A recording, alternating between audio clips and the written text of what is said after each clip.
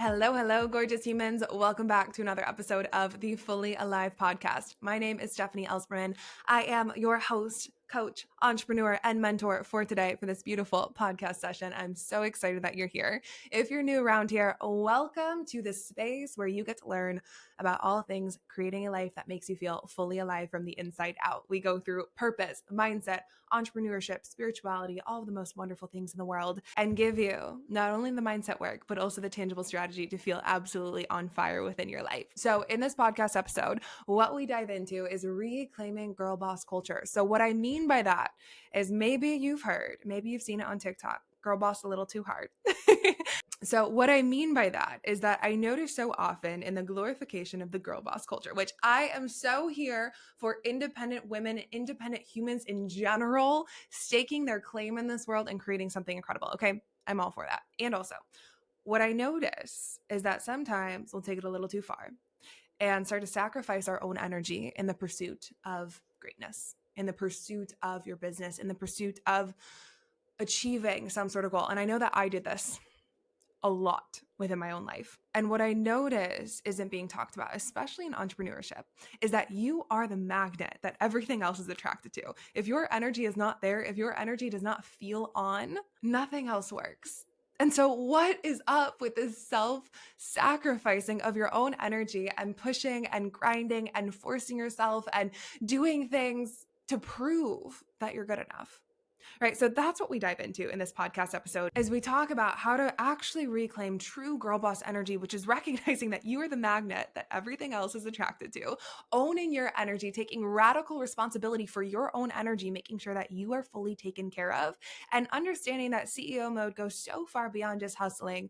It's about really being efficient with your decision making, efficient with how you spend your time, and setting up your day and honestly your life in a way that works with your own energy. So I'm going to take you through the story of my own wake up call that made me realize how important my energy actually is, that my energy is my greatest asset. And then we're going to go through some patterns that are typically beneath this drive to force or push. Even when you consciously know that you want to be in energetic alignment, you understand that rest is important and that it's important to take self-care. Even when you know that, what are the patterns that keep you maybe forcing or pushing or running yourself into the ground? We're going to go through those. And then we're also going to talk about transitioning your schedule from being in a 9 to 5 to actually being full-time in your business, and how being a CEO is much different than being an employee.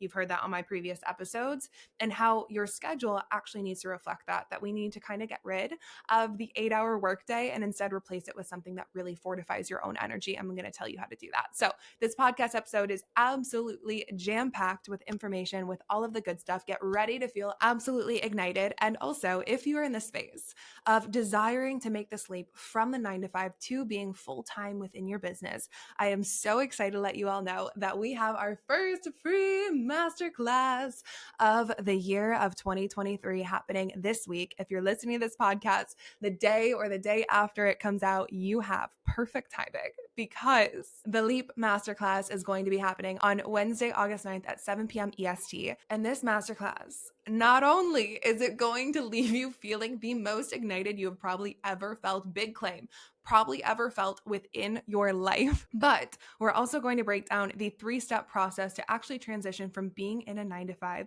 to building a multi-6-figure business that is connected to your purpose, that you can wake up actually feeling excited for your life, and you can go to sleep knowing that you made the impact that you truly desire for this world. I will tell you, there's no greater place to live, and I'm giving you all of my secrets for how I've created it within my own life, everything that I teach my clients as well. So we're going to be going through a little bit of mindset, creating this unshakable, there is no plan B sort of confidence within yourself, within your business vision. Then we're going to go into actually clarifying your business vision, getting it so streamlined and rock solid so you know exactly what it is that you want and how it relates back to your purpose. So understanding if entrepreneurship is actually in alignment with your purpose for you, I'm going to give you a formula to understand it. And then you're going to learn the exact action plan to create CEO level staying power and actually turn your business into a full-time reality, so that there's no more pushing it off. There's no more waiting until next year. Honestly, you don't have that kind of time within your life. There is no urgency. And also, what are you waiting for? So if you've been feeling that itch within yourself where you're like, I know there's more. I know that I'm meant to have the freedom to be in my purpose every single day. I know that I'm meant to impact lives and bust through the ceiling on corporate corporate pay, then this is going to be exactly for you. And also it's free. So like, what are you waiting for? The link is in the show notes for this episode. If we do a replay, because we're still playing with the idea, we're still flirting with it, then the link to that will also be in the show notes. So if you're listening to this after Wednesday, August 9th, then you will also have the replay in the show notes. So I'll see you there. And without further ado, let's head into the episode. I see this so much with the girl boss culture, and I love a girl boss moment. Okay. I am so here for all of the independent women, the entrepreneurs who want to change the world. I am here for it. And I think sometimes we take it a little too far and we start sacrificing our own energy, our own bodies in order to create something in the world for what? What are you trying to prove by putting yourself down first? What are you trying to prove? That you're good enough? That you can't disappoint other people? It's like, that's all subjective. You get to create that within your own mind. So what are you doing it for? You know, I desire to see a life and a world where people feel so relaxed, they feel so alive within their lives, and then they get to create from that place. And that doesn't mean that there won't be times of grit or having, you know, a 16-hour day because you're really excited about a certain project, or getting things done, or doing the work in order to actually put something forward in the world.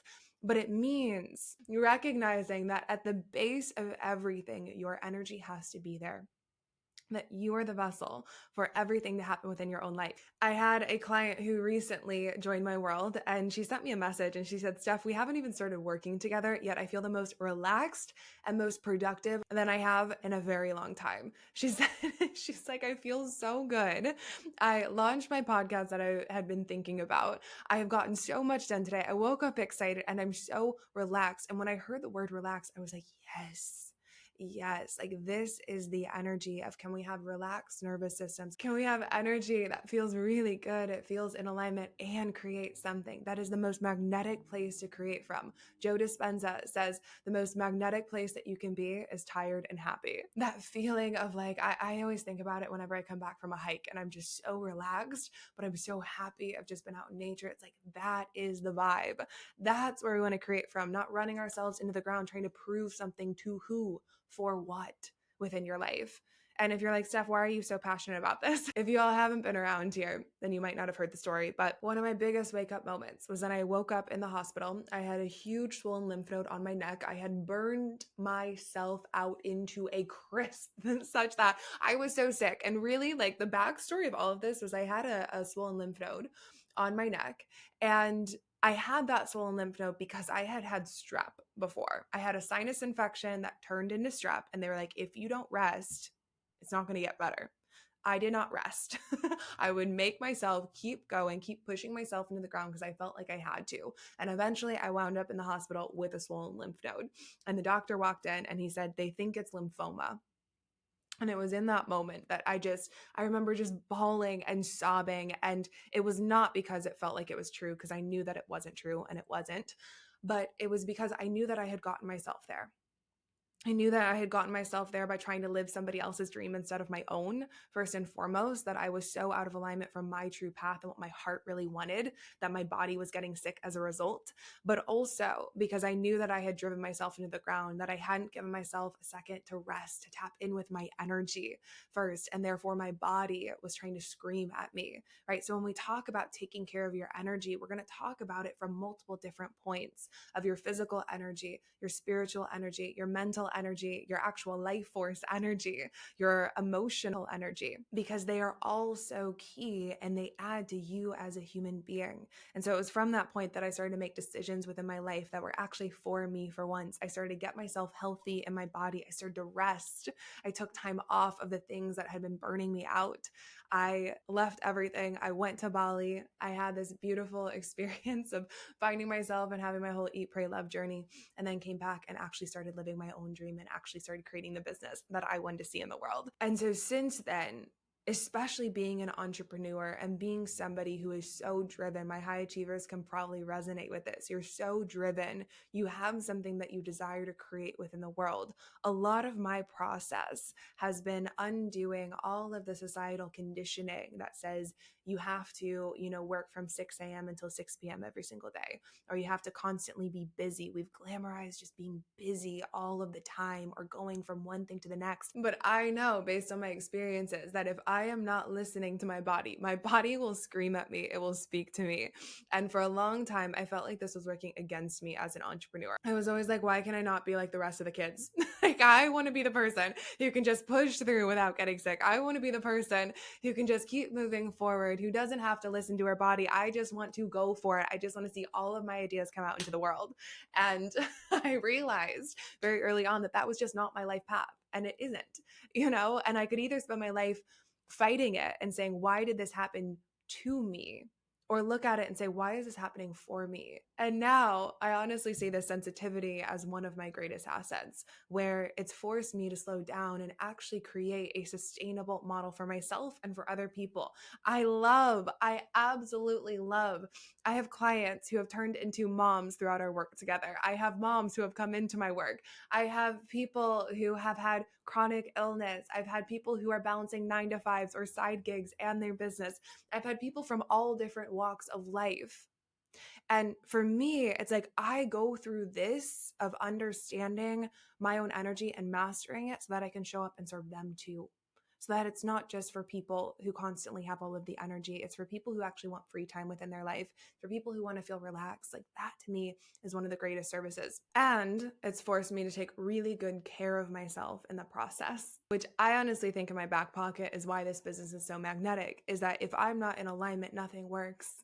And as somebody who used to not take care of herself unless she was literally sick in a bed, not able to do anything. Like to me, it's one of the greatest gifts that I've ever given myself within my own life. So not only are we going to talk about mastering your energy for your business and to be the CEO, but also for yourself. I had a client recently tell me, she was like, Steph, we were talking about being kind and really nourishing as she built her business. And she was like, Steph, I realized something. I realized that all I want to do is be joyful and give kindness to myself and not worry and give myself that gift. And I was like, yes, like this is the power when you start to recognize that your energy is the thing that makes everything work, that you've got to feel in alignment. You've got to feel excited. You've got to feel well rested. You've got to feel responsible for yourself and your own joy within your own life. Everything becomes so fun and you get to give to yourself. Gosh, I'm so excited about this. Okay, so what most people miss as a CEO is that you are the magnet that everything else attunes to and is attracted to. And so if your magnetism is wonky and your energy is off, the whole ship is off course. And so this doesn't mean that you have to constantly be on, or again, that you can't have off days. Of course you can. That's also why we have strategy in the mix, is the strategy holds you even when your energy isn't there. I still have clients that are signing on even when I have an off day, right? That is the beauty of creating a business that has magnetism and strategy all mixed together, right? But it means that instead of pushing forward for the sake of your own ego, you catch yourself when you're in that pushing mode and you start to recognize what is actually important here.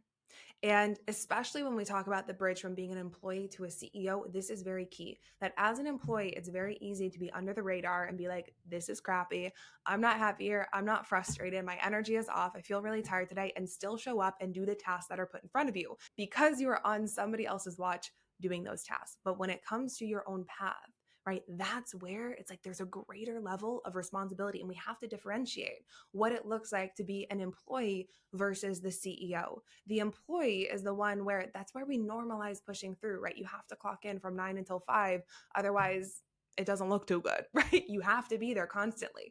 I notice that as a CEO, if I'm not feeling it one day, I'm not clocking in at 9. I'm taking an hour, I'm clocking in at 10, and then I'm working throughout the day until when my energy feels complete. And then from there, I go and rest and take time off, right? Because being the CEO takes more energy. Naturally, if you're creating content, if you're making decisions, if you're working with people, there is a higher level of energy that takes, which means there needs to be even more self-care. I see all of the time when there are people who are shifting from 9 to 5 into actually running your own business. And I went through this myself. We start to normalize those working hours, right? 9 until 5, right? Or you start getting on the beautiful personal development side of TikTok and you feel like you have to start waking up at 5 a.m. every single day. And you start feeling like, gosh, I need to get ahead of the curve. The most successful people wake up at 3:30 in the morning and then they go work out and they have their day set by 5. And it's like, no, not at all, right? It's like, being the CEO means creating a life and a day that works with your energy. So I always find it so interesting that if you're in a 9 to 5, you've got 8 hours in a day, maybe sometimes more, maybe sometimes less. How many of those hours are you actually productive? Like actually super productive that you can look back and be like, yes, I was on my game, right? Maybe all of them, but also maybe like 4 of them. And maybe you could also get your work done in 4 hours, right? So you come into entrepreneurship and you expect yourself to work the exact same amount, yet your output is very different, right? Because when you're in your own business, likely you're going to be on for the hours that you're working on it because you're inspired. But it's not possible for you to possibly work for 8 hours completely straight at your full throttle energy, right? So something has to give. There has to be a shift, and we have to start shifting the mindset from I need to work from 9 until 5 because that's what people do, or that's what I'm supposed to do to have a successful business, and instead look at it from the lens of what is going to support my energy the most, and where does my energy start to dip off? Where do I start to get frustrated? Where do I start to get tired? Where does my inspiration wane? And instead of pushing through, taking a second and saying, could I take 10 minutes? Could I take 15 minutes? Could I take 30 minutes? Could I take an hour? Do I need to take the afternoon off? Like that's the beauty. Is you create this lifestyle for yourself to come back into alignment with you. And I remember this moment that created an imprint in my mind when I was at a Dr. Joe Dispenza meditation retreat. And at the end of the retreat, he was like, this is now your work. You've spent a week opening your heart, opening it up to God, feeling so in alignment with yourself and meditating every single week. Now your job is to take this back into your life. And he was like, I run teams of 200 people. I sell out auditoriums. If you don't think that I have moments where I get out of alignment or I want to snap on somebody or my energy wanes, you are completely wrong. But he said the difference is that he goes back into his office and he takes a second and he comes back to his heart.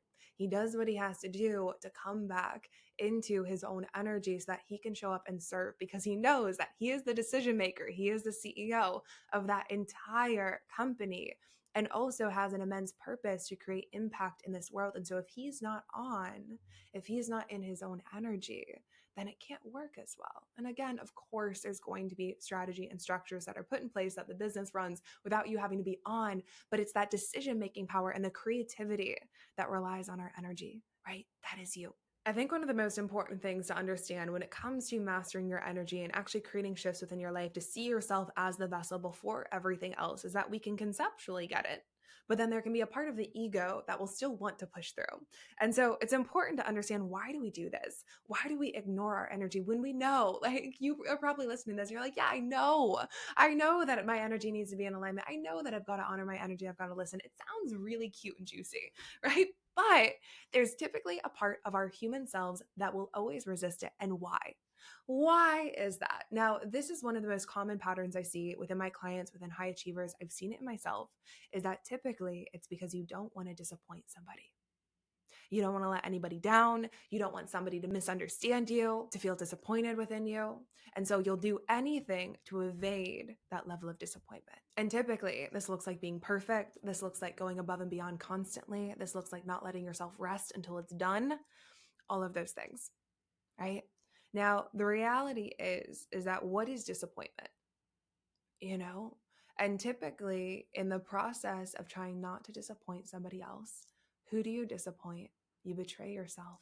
I think back to the times where I ran myself into the ground so much that I was sick, and when I woke up in the hospital, it's like, who was I trying not to disappoint? And in the process, it's like I was the one in the hospital.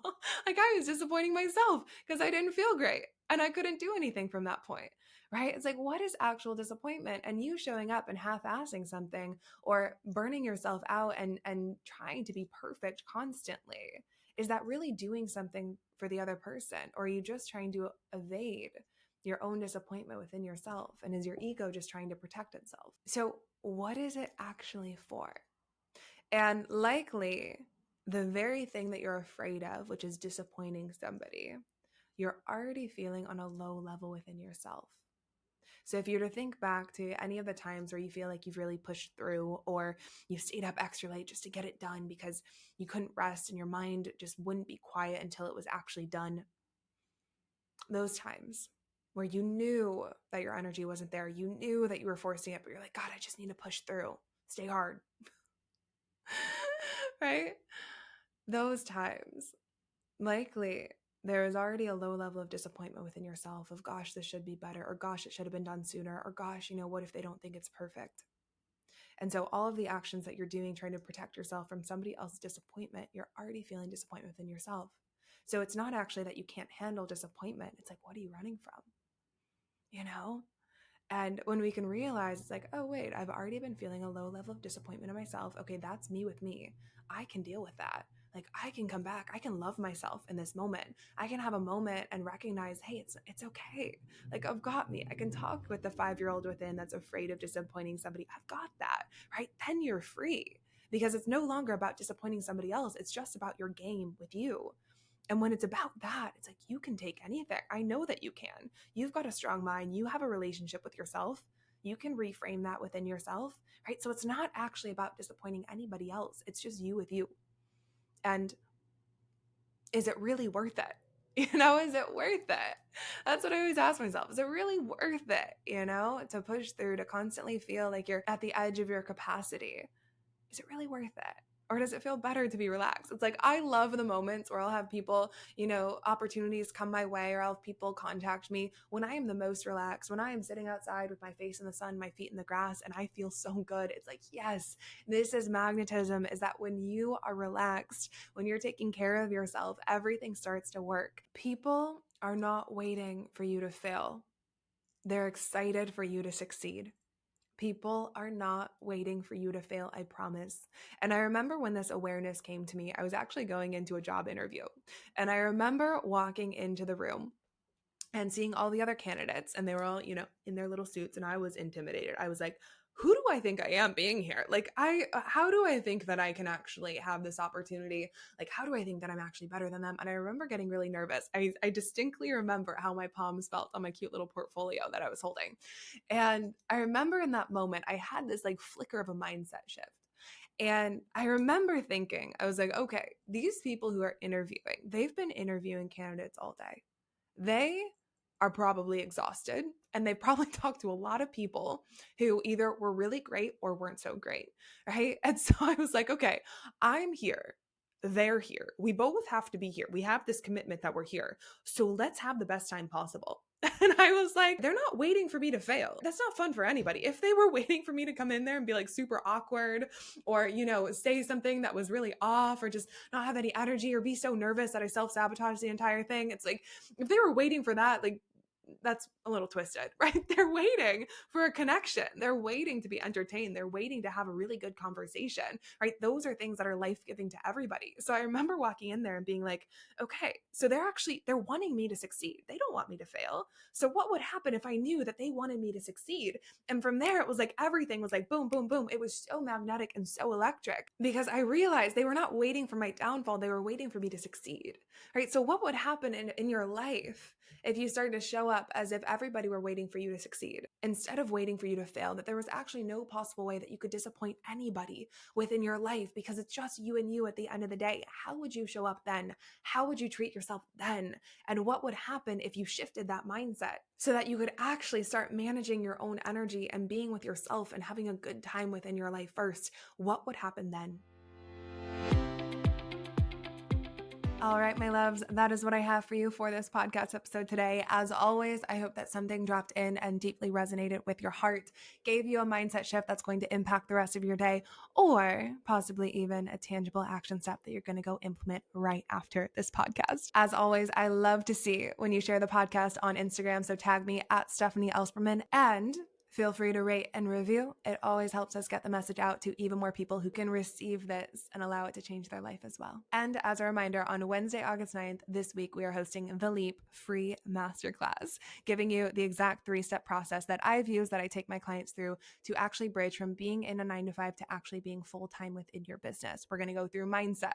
We're going to go through visioning, and we're also going to go through a concrete action plan for you to actually have staying power to create this leap for yourself, for your life, so that there's no more putting it off. There's no more two-timing your business. There's no more saying, oh, one day it'll happen. You get to create your dream reality right now and start impacting the lives that you know that you're meant to do.